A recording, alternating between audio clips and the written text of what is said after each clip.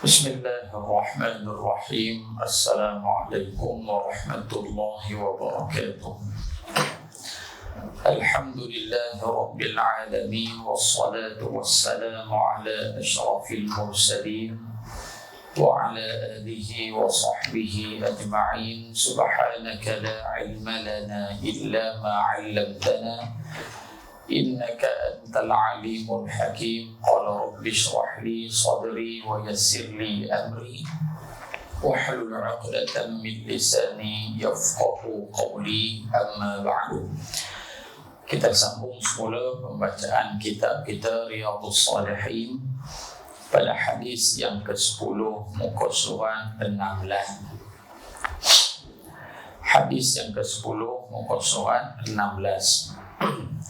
Bismillahirrahmanirrahim. Qala al-muallif rahimahullahu ta'ala wa nafa'ana bi'ulumihi fid darain amin ya rabbal alamin.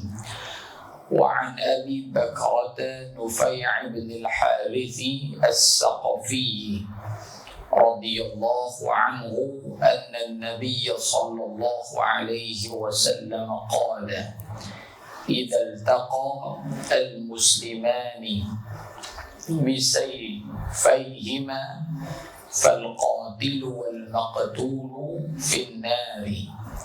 قلت: يا رسول الله صلى الله عليه وسلم، هذا القاتل فما بال المقتول؟ قال: إنه كان حريصا على قتل صاحبه. متفق عليه. Maksud hadis daripada Abi Bakrah Nufai' bin Al-Harith As-Saqafi radhiyallahu anhu. Sebahagian ulama mengatakan Nufai' ini ataupun Abi Bakrah ini nama yang lain adalah Masruh, mim sin ra waw ha. Sebahagian pandangan mengatakan nama dia adalah Masruh. Yang kedua, Nufai' ataupun Masruh radhiyallahu ta'ala anhu ini di antara sahabat Nabi sallallahu alaihi wasallam yang melihat sendiri peperangan Jamal. Peperangan Jamal ini berlaku di bumi Basrah di Iraq, rentetan daripada perselisihan faham di antara sahabat Nabi sallallahu alaihi wasallam, iaitulah Sayyiduna Muawiyah bin Abi Sufyan dan juga Sayyiduna Ali bin Abi Talib radhiyallahu anhuma. Yang ketiga, ulama menyatakan Nufai' bin Al-Haris ini di antara sahabat yang sempat meriwayatkan hadis daripada baginda Rasulullah sallallahu alaihi wasallam, seperti yang disebutkan oleh para ulama hadis. Beliau meriwayatkan sebanyak 132 hadis daripada baginda Nabi Muhammad sallallahu alaihi wasallam. Yang keempat, Nufai' bin Al-Harith radhiyallahu anhu wafat pada tahun 51 Hijrah. Sebahagian yang lain menyatakan wafat tahun 52 Hijrah, iaitulah di bumi Basrah di Iraq. Jadi dia mati di sana. Yang seterusnya Al-Harith, Nufai' bin Al-Harith. Jadi ulama mengatakan Al-Haris namanya adalah Kaladah, kaf lam dal ta marbutah, Kaladah. Jadinya an Abi Bakrah Nufai' bin Al-Harith pemulih bin Kaladah radhiyallahu anhu pun boleh, tidak menjadi masalah. Baik, daripada Abu Bakrah ataupun Abi Bakrah bin Nufai' Al-Harith bin Al-Harith Al-Thaqafi radhiyallahu ta'ala anhu, bahwasanya Nabi sallallahu alaihi wasallam bersabda, apabila dua orang muslim berbunuh-bunuhan maka pihak yang membunuh dan yang terbunuh kedua-duanya masuk neraka. Abu Bakrah bertanya, wahai Rasulullah sallallahu alaihi wasallam, orang yang membunuh memanglah masuk neraka. Jadi dalam hadis ni kata sahabat tersebut, satu hari Nabi bagi tahu kepadaku bahawasanya apabila dua orang Muslim yang beriman kepada Allah Subhanahu wa taala bergaduh sampailah membunuh. Jadi hadis ni nak abang apa maklum bagi kita, nak abang bahawasanya membunuh sesama Muslim ini bukan hanya berlaku pada zaman kita sahaja, bahkan ia telah bermula ketika mana zaman manusia yang pertama, iaitulah zaman Nabi Adam alaihi salatu wassalam, Qabil dan juga Habil. Bergaduh, dua beradik ni bergaduh, pumpang, salah seorang daripada mereka terbunuh. Maka sebab itu Allah Subhanahu wa taala sebut dalam Quran, wa idh qala rabbuka lil malaikati inni ja'ilun fil ardi khalifah qalu ataj'alu fiha man yufsidu fiha wa yasfiku ad-dima'a wa nahnu nusabbihu bihamdika wa nuqaddisu lak qala inni a'lamu ma la ta'lamun.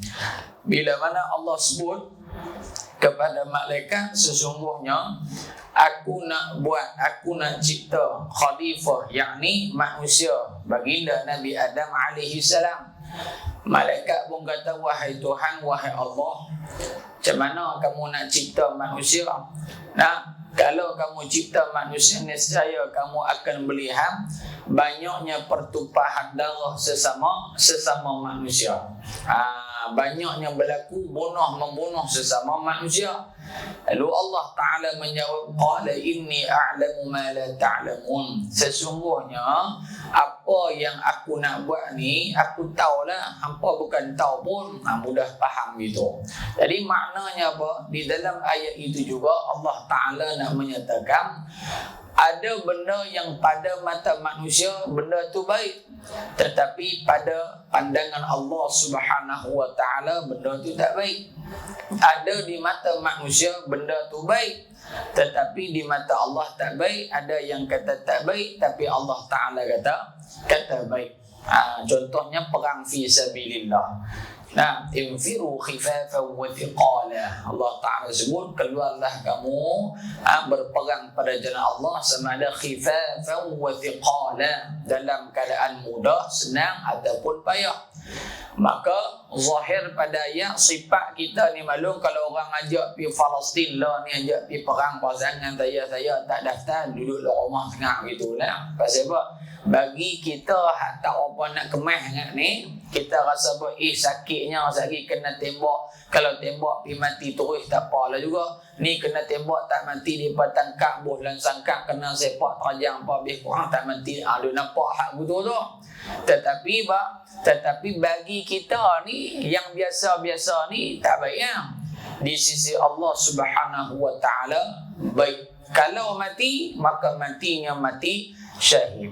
Kalau tak mati pun, setiap siksaan yang dia kena, lama mana dia kena siksa, maka sepanjang itulah digugurkan dosa dan diangkat martabat di sisi Allah Subhanahu wa ta'ala. Dan wa asa an takrahu syai'an wa huwa khairul lakum wa asa an tuhibbu syai'an wa huwa syarrul lakum wallahu ya'lamu wa antum la ta'lamun.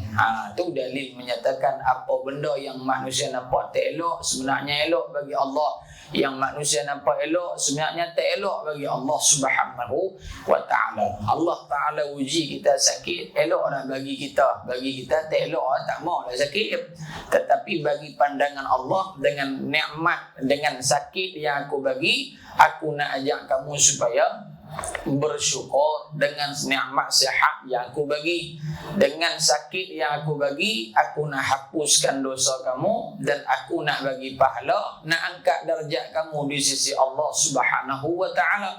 Dengan nikmat sakit, Allah Ta'ala nak bagi tahu bahawasanya Kalau hang ingat sakit, hang sakit ni barangkali hang kerap ingat mati, banyak zikir pada Allah, banyak istighfar kepada Allah Subhanahu wa taala. Kalau tak sakit, barangkali waktu sakit istighfar sehari 100. Tapi kalau tak sakit, barangkali 10 pun payah nak istighfar kepada Allah Subhanahu wa taala. Jadi sahabat ni bila Nabi SAW bagi tahu, apabila dua orang Muslim, yakni yang beriman kepada Allah Subhanahu wa taala bertemu dan berbunuh-bunuh di antara satu dengan yang lain, dua-dua masuk neraka. Menyebabkan sahabat ini dia jadi pelik. Lagu mana kawan ni bunuh kawan ni, tapi hak kawan kena bunuh pun masuk dalam neraka. Maka jawab Nabi SAW, kerana dia berniat dengan bersungguh-sungguh hendak membunuh lawannya itu. Maknanya kalau orang nak bunuh kita, kita nak lawan balik dah belum? Sudah semestinya kita lawan balik kerana nak mempertahankan nyawa kita dan sebagainya. Jadi maka di sini nak ajak kita bukan tak payah kita jaga diri orang nak main bunuh kita, bukan tak apalah bunuhlah, jangan, bukan makna itu. Maknanya kalau bermusuhan disebabkan perkara yang tidak mengharuskan berbunuhan, berperang di sisi syarak, maka dia adalah berdosa. Gaduh ke apa? Gaduh ke belah pasu bunga rumah dia, Allah benda kecil ya, sampai isytihar perang masuk dalam Facebook tu dia. Contoh gaduh ke apa? Gaduh pasal kawan ni terberetuh sikit kepala bau dia bengkok. Misalnya isytihar perang terus, perang saudara. Tu benda yang tak patut sangat. Kerana ada orang yang boleh kita bunuh, ada. Tetapi bukan dengan jalan kita sendiri, dengan jalan hakim ataupun pemerintah. Contohnya siapa Nabi sebut? Yang pertama orang yang syirik pada Allah, mereka ni boleh dihukum bunuh. Yang kedua, mereka yang berzina, berkahwin dan melakukan zina, sabit zina lah, maka dikenakan hukuman rejam. Ini di antara golongan-golongan yang dibenarkan oleh Allah dan Rasulullah untuk kita membunuh. Adapun selain daripada itu tidak dibenarkan oleh Allah Subhanahu wa taala. Hadis riwayat Al-Bukhari dan Imam Muslim. Jadi maklum, mungkin saya ini maklum beli orang tanya, kuliah di surau tak ada ke? Surau ada. Hak mana saya buat dalam grup tu ada lah tu. Cuma speaker saya nak kena tukar sikit. Nak kena tukar, mungkin satu speaker saya akan tutup. Pasal nak tutup tak boleh, dia kena kerak wayar. Dia kena kerak wayar. Jadi saya nak kena kerak wayar hak belakang. Kita nak jaga jiran-jiran kita. Jadi insya-Allah mainlah. Maklum kalau dalam Facebook lah, dalam WhatsApp tu adalah seperti mana biasa. Cuma saya nak abang ustaz-ustaz daripada luar Penang saja yang tak ada. Contohnya Piyu Amir, Piyu Nasri, Ustaz Rembo, Ustaz Uzair, yang mana bukan Pulau Pinang tak ada. Hak Pulau Pinang ada. Sama ada belah Tanjung ke tak belah Tanjung, Geng Mami Jarum ke apa ke, ada. Nama kata Penang ada.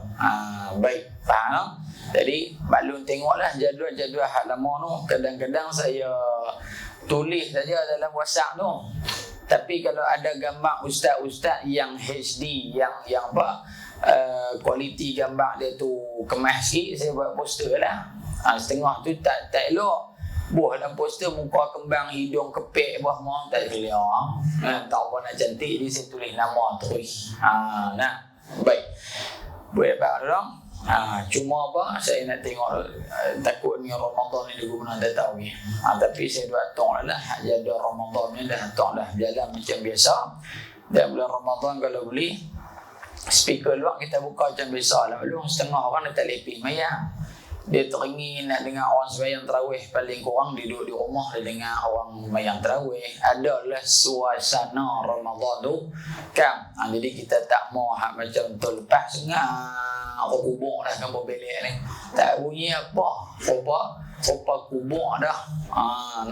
Tu Allah uji kita tu. Baik, habis kat tu. Riwayat Al-Bukhari dan Imam Muslim. Pengajaran hadis. Yang pertama, orang yang berazam melakukan maksiat dan menyediakan atau melaksanakan sebab-sebabnya akan dikenakan azab. Apa maksudnya maklum? Maksudnya dia orang yang berazam melakukan maksiat. Dia nak buat maksiat. Dan apa dia? Dan menyediakan atau melaksanakan sebab-sebabnya. Dia nak buat maksiat dan dia juga tolong orang siap berkakah-berkakah untuk melakukan maksiat. Sebagai contoh bagaimana? Sebagai contoh dia kata, jom aku nak pergi kelab malam minum arak. Misalnya contohlah. Jadi apa dia kata? Dia kata tak apa, kereta aku bawa, tol minyak kereta semua aku bawa, hampa naik duduk di belakang kan. Maka dia di antara orang yang termasuk di dalam hadis Nabi SAW juga akan mendapat azab daripada Allah. Mungkin barangkali tak kerana dia, kawan-kawan dia hak lain tak melakukan maksiat. Kita kata pada adatnya kalau dia tak bawa, mereka ni tak pergi buat maksiat. Tapi kalau dia di antara punca utama orang melakukan maksiat kepada Allah Subhanahu wa taala, maka dia juga termasuk dalam golongan yang akan mendapat dosa dari sisi Allah. Walaupun maksiat itu tidak dapat dilakukan disebabkan oleh halangan-halangan tertentu yang jika tidak kerana halangan itu dia mesti melakukannya. Adapun cetusan yang timbul dalam pemikiran dan khayalan semata-mata, maka tidak diambil kira sehingga ia betul-betul dilakukan. Maknanya gina malu. Dia nak buat maksiat, tiba-tiba dah siap kereta semua dah. Start mampu dah. Benda hak dia pekakah nak buat maksiat ada lagi. Sedia siap dah. Boleh dosa dah waktu tu. Pasal apa? Memang dia berazam nak buat sungguh. Tetapi atas kerana ada halangan kereta dia rosak ke, tayar pecah ke apa, maka dia mendapat juga dosa pada ketika tu. Satu. Yang kedua, yang tak terkira bila? Yang tak terkira hanya dia duk fikir dalam kepala otak ya. Dia kata aku duk rasa minggu depan nak kena pergi minum cakur ya. Baru duk terlintas gitu ya. Tak buat siap hari pun, tak buat preparation nak pergi ke apa ke. Hanya duk berkhayal, hanya duk bercadang sahaja, maka pada ketika itu tidak ditulis apa-apa oleh Allah Subhanahu wa taala. Sekiranya dia membatalkan cadangan dia, maka Allah Taala akan ganti dengan pahala. Itu dia rahmat Allah Subhanahu wa taala. Maknanya apa maklum? Maknanya di sini bergantung kepada niat kita. Ya, kalaulah benda tu kita buat dan memberi manfaat pada orang, dapatlah pahala kat kita. Contohnya, rumah hijau tu mak Pali apa? Ada orang yang dekat mai ni, selalu dia mai bulan Tuhan. Mak bang Pali kita lah jual bantai kabu lalu dia jual pokok bunga apa. Kan, mula-mula dulu orang ustaz mai duk cari. Ustaz Iman ni kami duk tang rumah hijau ni tak mana nak guna, tak tahu jalan. Tak tahu jalan. Jadi saya pun pilah tanya, ni makcik saya nak tanya ni, saya buka apa mengaji dalam ni. Lepas tu, dah saya nak bubuh sembut tak tahu tak mana. Jadi saya nak minta izin lah kat makcik kalau boleh nak pacak tepi ni. Kan duduk tanam pokok 5 kasturi ke hang tu hang lebat-jebat ke apa saya boleh tahu lah tepi rumah tu. Saya nak buh tang ni. Dia kata besar mana? Saya pun habak lah. Saya sikit-sikit kan. Tak apa. Boleh. Tu nak kena bayar sewa ke apa. Tak. Bubuh lah. Bukan ada apa pun tang tu. Kan? Maklum bayang tengok sini dah 7 tahun dah. Orang duk main tengok kan. Tengok sembut tu orang kena main masuk. Berapa banyak orang main mengaji walaupun orang sama dia tak. Tapi maknanya apa? Orang duk main mengaji tu, pahala orang boleh main sini satu bab dah. Pahala maklum main duk mengaji pula dalam ni boleh lagi ke dia. Kalau tak kerana sembut dia maklum tak boleh main mengaji. Dia kata kalau tak buh pun kami tahu dah. Maklum kata. Tidak. Maklum kata ada ustaz tu dia mana hala tu piduk puncak mutiara tu nak pergi ceramah kata apa. Kalau panggil saya pergi naik makan tak apa kata. Dia kata ustaz ni tempat ustaz kat restoran ke? Kok mana pula ni tang restoran ni. Turun mai balik pula. Dapat pahala banyak. Sebab tu Nabi sebut man da'a ila huda, siapa-siapa yang mengajak kepada petunjuk, yakni kepada kebaikan, maka orang ini akan mendapat pahala sebanyak mana orang yang buat, tak kurang walaupun sedikit. Maklum aja orang, jomlah kita pergi masjid ke mana-mana ke, pergi mengaji. Covid ni berkali duk main mengaji jelah. Salam. Maklum tak main pun duk ajak aja, dapat pahala. Tapi jangan duk ajak saja tak main pun payah juga. Jomlah kita pergi, tak faham pilih aku kira ambil pahala ajak aja. Pun tak kena juga. Barak. Jadi kalau dia tak main, ada orang tanya, dia kata ustaz, kalau dia ajak tapi dia tak main, dia termasuk tak dalam orang yang cakap tak serupa bikin? Kan Allah Ta'ala sebut kabura maqtan 'indallahi an taqulu ma la taf'alun. Kamu seorang buat tapi kamu tak buat, maka kamu mendapat kecelakaan yang besar. Di situ ulama syarah, bukan makna maklum suruh orang pi, lepas tu maklum tak pi saja, suruh memang tak mau pi pun. Kalau suruh memang niat tak mau nak pi, termasuk dalam ayat tu. Tak nak. Tapi kalau maklum suruh memang ada niat, aku memang nak pi, kalau tak ada apa halangan memang aku nak pi, tapi tu tak boleh pi kat 7 tahun dah.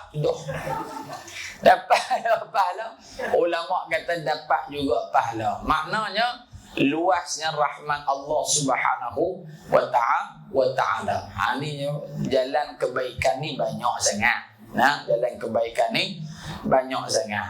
Jadi tak apalah maklum kita buat cara yang kecil-kecilan. Walaupun orang kok ni saja main mengaji, alhamdulillah. Paling kurang maklum saya pergi tang mana pun tok kok ni duduk jalan boleh kat pahala kat saya. Paling kurang boleh lah. Dah lah pahala mayang malam pun tak ada. Kalau duduk tidur lewat malam ya, tengah malam tak mayang pun. Kan? Jadi masing-masing kita buat kebaikan. Ni musim-musim ni maklum, musim-musim fitnah yang berlaku. Duk riuh. Masjid tutup ni lagu mana ustaz ni? Duk galut tu. Ni surah masjid apa pun tak ada taklih ni macam mana ni kita diikut mazhab mana ni? Boy. Padahal hang pun tak nak duk pergi mengaji pun. Kalau buka pun hang tak nak ada pun. Duk sembang pandai tu. Tapi apa? Dia telajar alim pada mufti ada.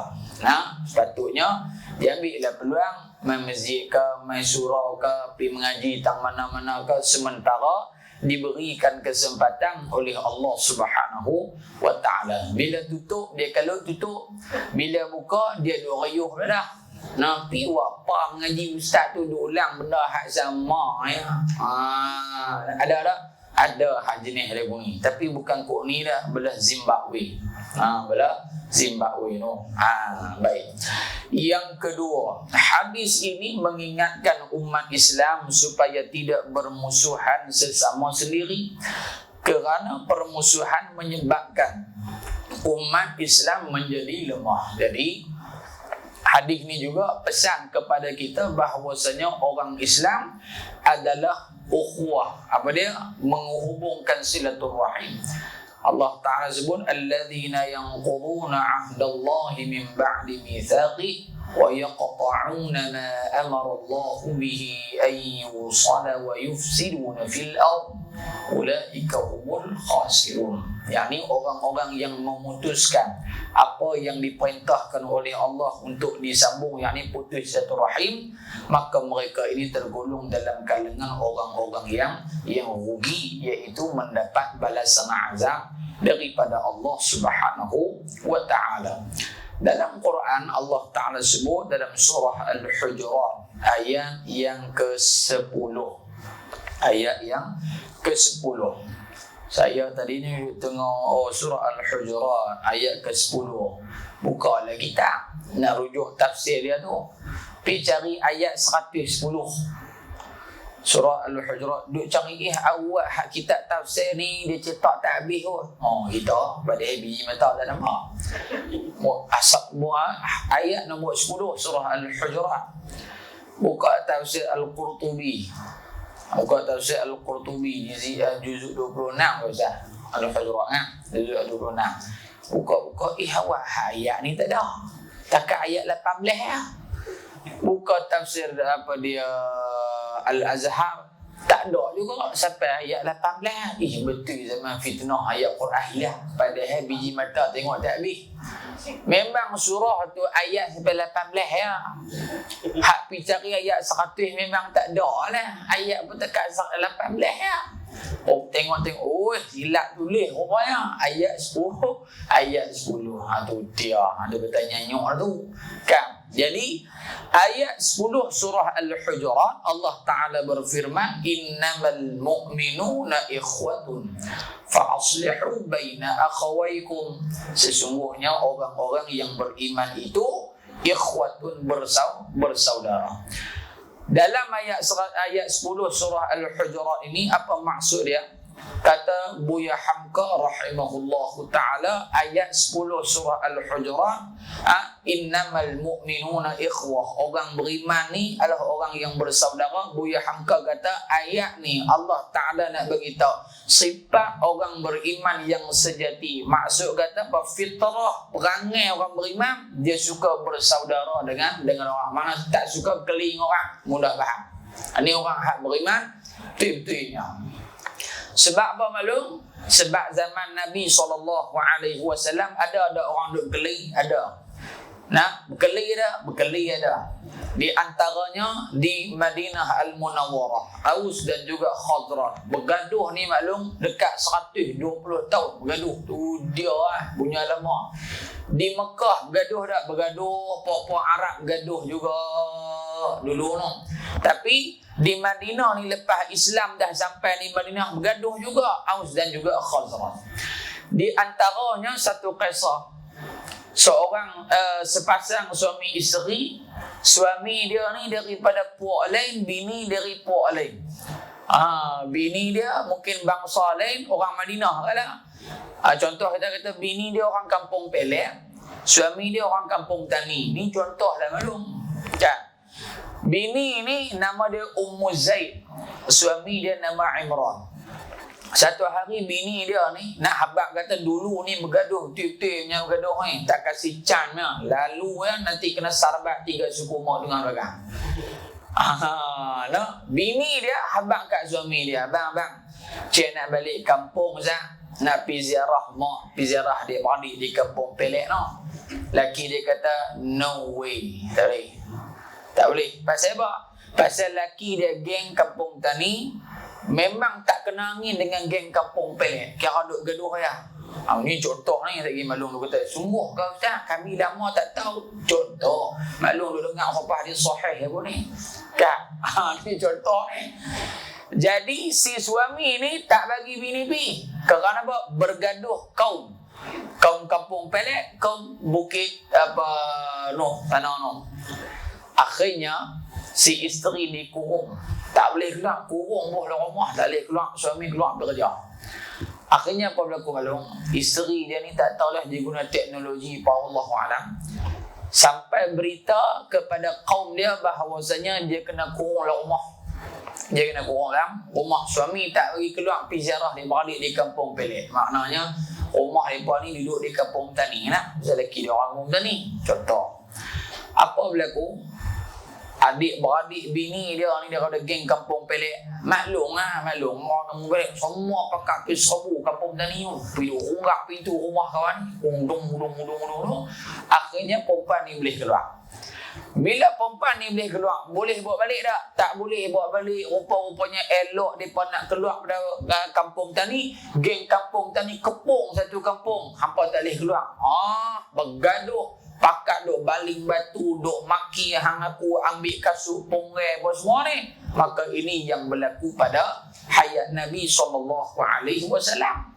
Lah kali berita ni sampai kat Nabi, Nabi pun pi pada ketika tu tengok pakak duk bergaduh maki hamun, maka Nabi SAW fa aslihu baina akhawaykum, kata dalam tafsir tersebut, Nabi memperbaiki hubungan di antara dua puak hak bergaduh ni.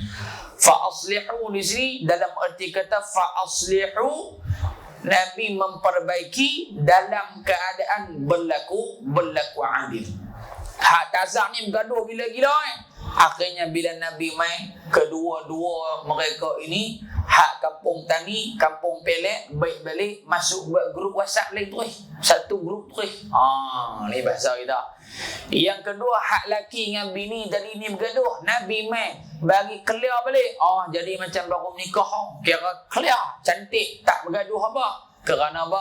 Kerana kata para ulama di dalam ayat tersebut memperbaiki hubungan dua kelompok yang bergaduh. Tidak hanya cukup kita kata ni minta maaf lah, kelihatan kosong-kosong. Tak, Nabi kata apa?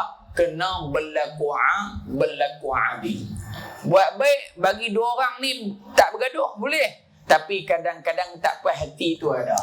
Maknanya Nabi memperbaiki dua kelompok yang bergaduh dalam keadaan adil. Selesai pada tu, tak ada dah hang nak kata kat aku tak nak kata kat hang. Tak ada. Sebab apa? Hak mereka ni Nabi bagi, hak mereka ni pun Nabi bagi. Ni hebatnya Nabi SAW. Yang ketiga, maklum, zaman Nabi SAW, zaman sahabat dulu ada pergaduhan, ada kita sebut tadi ni perang zaman antara Muawiyah bin Abi Sufyan radhiyallahu taala anhu dengan Sayyidina Ali radhiyallahu taala anhu. Gaduh depa sebab apa? Bukan disebabkan akidah dah. Berlaku pergaduhan, perselisihan disebabkan pandangan yang berbeza sahaja. Kawan ni kata hak ni dulu kena buat, kawan ni kata hak ni dulu yang kena buat.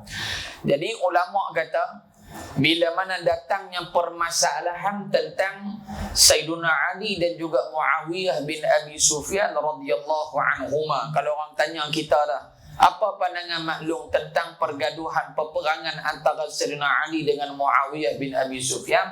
Maklum boleh jawab actually, tarik pergi kemahi awak tu. Actually, sebenarnya lah. Sebenarnya kedua-duanya betul. Jawapan dia tu, kedua-duanya betul.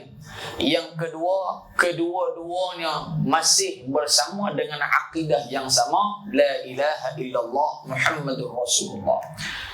Sebab ada kelompok di sana mereka mengkafirkan sahabat Nabi SAW. Mengkafirkan sahabat Nabi SAW, mengkafirkan Muawiyah bin Abi Sufyan. Mereka mengatakan Muawiyah bin Abi Sufyan ni lagu ni siapa ada bagi kafir ni? Syiah. Syiah Ithna Asyariyah, Syiah yang ada pada hari ini. Jadi mereka ni tidak mengikut landasan akidah yang sebenar. Ditanya kepada Imam Hasan Al-Basri rahimahullahu ta'ala, anak murid bertanya dia, wahai tuan guru, apa pandangan kamu tentang Muawiyah dan juga Ali radhiyallahu anhuma? Kata Imam Hasan Al-Basri, dijawab guna, dia kata pada ketika itu sahabat yang ada pada waktu itu saja yang mengetahui hal keadaan sebenar. Mereka aja yang tahu. Adapun aku mai selepas daripada mereka, aku bukan hidup zaman mereka, aku mai lepas daripada zaman mereka, maka kedua-duanya berada di atas jalan yang benar, cuma berbeza pada pandangan masing-masing sahaja. Jadi di sini nak ajak kita faham belum? Kalau berbeza pandangan dari sudut kepartian, contohnya kita ni kepartian lah, tak boleh dan haram bagi kita mengkafirkan hang kafir pasal hang tak sama dengan kami. Haram hukum dia. Hang kafir pasal hang tak ni dengan kami, hang tak sama dengan kami, pasal hang lawan tok guru, hang kafir. Tak. Tok guru satu bab. Tak ikut tok guru tak semesti jadi kafir dah. Ya. Tak ikut tok guru tak semesti jadi kafir. Tapi tok guru selalu dibawa supaya kita tak ikut orang kafir. Lebih hari mulai tu. Faham tu? Jadi pada maklum, tak ikut tok guru tak semestinya jadi kafir. Melainkan kalau tok guru tu ajak buat benda yang menyebabkan jadi kufur syirik, tu terang lagi nyatalah dalil mengatakan dia bawa pada kekufuran. Tetapi selagi mana dia Islam, dia semayang bang lagu kita, maka wajib bagi kita memelihara apa yang diwajibkan oleh Allah Subhanahu wa taala kita jaga. Jadi jangan kita mengkafirkan orang sesuka hati, kerana Nabi sebut siapa yang suka melaknat dan mengkafir orang, maka kekafiran itu akan patah balik pada diri dia sendiri. Ini bahaya, mengkafirkan orang. Sebab iman kita ni maklum bukan kita boleh ditentu. Aku jaminah aku mati dalam Islam, tak tentu. Ada orang yang main semayang pagi petang siang malam, guling-guling habis teh belakang tu imam mayang, tapi mati dalam keadaan yang dilaknat oleh Allah Subhanahu wa taala. Ada orang yang ahli zina, kaki maksiat, tapi mati dia dalam keadaan mendapat rahmat keampunan Allah Subhanahu wa taala. Baik, yang ketiga, ancaman azab yang disebut dalam hadis ini ditafsirkan atau diandaikan kepada permusuhan dan peperangan antara umat Islam yang berlaku tanpa sebab-sebab yang diharuskan oleh syarak, bukan peperangan yang berlaku disebabkan oleh ijtihad masing-masing. Ijtihad ni maknanya pandangan masing-masing. Jadi berlakunya peperangan di antara tentera Sayyidina Ali dan juga Muawiyah bin Abi Sufyan bukan berlaku atas sebab saja-saja nak perang, tak. Berlaku atas sebab masing-masing punya fatwa lah, kita kata. Masing-masing punya pandangan. Dia ni kata hak ni, dia ni kata hak ni. Kawan ni pun ada hujah, kawan ni pun ada hujah. Maka bergaduh, akhirnya berlaku peperangan. Jadi hak tu tak termasuk dalam hadis ni. Tak termasuk dalam hadis ni. Adapun yang termasuk dalam hadis ni apa dia? Bergaduh, berperang atas dasar yang tidak dibolehkan oleh syarak. Benda-benda hak cik-cik ya. Politik tak ada kena-mengena apa. Hang kapiak, mayang belakang, hang tak sah. Dia sembelih, tak sah, tak boleh makan. Jadi bangkai, menikah dengan dia tak sah. Pasal dia parti ni, kita, macam-macam berat. Ini juga yang pernah berlaku 2-3 tahun yang lepas. Bini ni orang parti sekian, hak suami orang parti sekian. Kan, bila dia cinta ni bukan dia kira parti apa dah. Tengok tik lelaki tu pun dia kenal dah. Macam kita cinta ni, segak selalu kentut bunjeri pun wangi. Pasal cinta. Nah, kahwin maklum baru tahu. Yang kata kawan ni parti lain, kawan ni parti lain. Padahal dia pun duk cinta ni tak nak duk tanya pun parti apa selalunya. Betul tak lu? Tak tahulah kok orang dulu tanya apa hang parti apa. Bulan ke bintang ke roket ke apa. Jaranglah orang tanya. Dia suka kira bagi jadi ya. Tapi barangkali waktu tu pak kawan ni pun ekstrim dengan pandangan dia, pak kawan ni pun dengan pandangan dia, parti dia. Akhirnya siapa jadi mangsa? Anak perempuan dia tadi diceraikan oleh suami dia. Kerana apa? Kerana tak sama kala. Hang kapiak, kami Islam. Hang Islam, kami kapiak. Apalah dah. Pasal apa belum? Ni kes lagu ni lah ni. Berlaku disebabkan benda-benda yang tidak sepatutnya. Baik, 4. Dia seluruh yang malam ni malum. PKP. No? Orang yang membunuh sesama Islam tanpa hak akan dimasukkan ke dalam neraka Allah Subhanahu wa taala. Hadis yang disebutkan juga dalam ni jumpa kita. Sahabat Nabi Usamah bin Zaid bin Harithah radhiyallahu anhu tahun ke-7 Hijrah. Nabi hantar bersama dengan lebih kurang 130 orang dalam syariah peperangan, tapi Nabi tak masuk perang tu. Usamah bin Zaid bin Harithah ni waktu duk perang tu belum, perang, tiba-tiba ada satu orang lelaki. Kata sebahagian ulama, lelaki ni nama dia Mirdas, bukan Adidas. Adidas tu kasut sukan tu. Hak malung duk jogging kayuh geret kat atas ban belakang tu Adidas. Satu lagi saya tengok depa buat 3 lain ke, tapi nama lain ditukang Abidas. Hui, baru tu kita ada tengok Adidas, dia Abidas lah. Dia kono kat tu, tak apalah. Baik. Jadi duk perang tu, laki ni nama Mirdas daripada kalangan munafik. Bila sampai depan Usamah ni, Usamah duk angkat tu. Fata'antuhu. Sampai depan dia aku angkat pedang ni nak libas atas kepala dia. Dia kata apa? La ilaha illallah. Terus dia mengucap.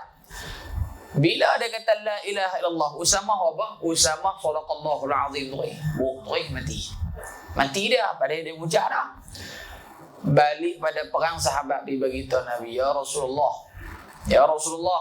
ni Usamah ni dia pergi bunuh kawan tu, dia mengucap dah kawan tu, tapi dia pergi bunuh lah. Akhirnya Nabi panggil Usamah, Nabi tanya dia, wahai Usamah, betul ke hang bunuh dia? Dia dah mengucap la ilaha illallah. Dia kata betul, pasal apa hang bunuh dia? Usamah kata, ya Rasulullah, dia tengok saya angkat pedang tu, dia takut tu, dia sebut saya. Dengan harapan kalau dia sebut saya tak bunuh dia, tapi saya tahu lah dia ni mau pembohong mah. Mau kaki kencing wahai. Saya piak terus mati.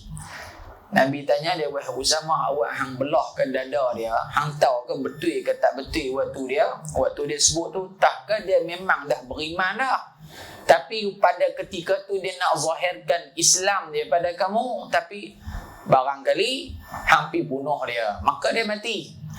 Menyebabkan Usamah jadi menyesal. Dia kata pakai Nabi, ya Rasulullah, macam mana ya Rasulullah, saya dah bunuh dia. Nabi kata apa? Hang bunuh dia, tapi dia dah sebut la ilaha illallah. Aku nak baca nak, hang bunuh dia. Dia dah sebut la ilaha illallah, tapi hang bunuh juga. Akhirnya, Usamah dia kata apa? Dia kata, aku harap, dia kata, kalau bolehlah, masa aku duk bunuh Mirdas waktu dalam perang tu, aku duk harap pada ketika itu aku tak masuk Islam lagi, dia kata, kalau boleh patah balik, aku harap waktu tu aku tak masuk Islam lagi. Sebab apa? Kalau waktu tu aku tak masuk Islam lagi, aku pergi bunuh orang, aku masuk Islam, dosa aku waktu jahiliah Allah padam terus dah, tak ada apa dah pasal dulu aku jahil. Tapi aku bunuh dia pasal aku dah Islam dah. Yang ni yang masalah ni. Nak menunjukkan kata besarnya dosa membunuh orang Islam. Nampak belum? Jadi pada hukum zahirnya seseorang itu dikira Islam apabila dia menyebut la ilaha illallah Muhammadur Rasulullah. Tapi di Malaysia ni mungkin dia ada undang-undang dia. Cina kot merkit pun banyak ada ucap kat lah ni pun. Tapi payah juga kita nak kata aku pula. Kan? Barangkali kena bawa pejabat agama adalah dia punya prosedur dia. Banyak Cina dah bagi salam kat kita pada. Assalamualaikum Ustaz, kuliah mana? Kuliah Maghrib mana malam ni? Dia pun tahu kuliah Maghrib Cina.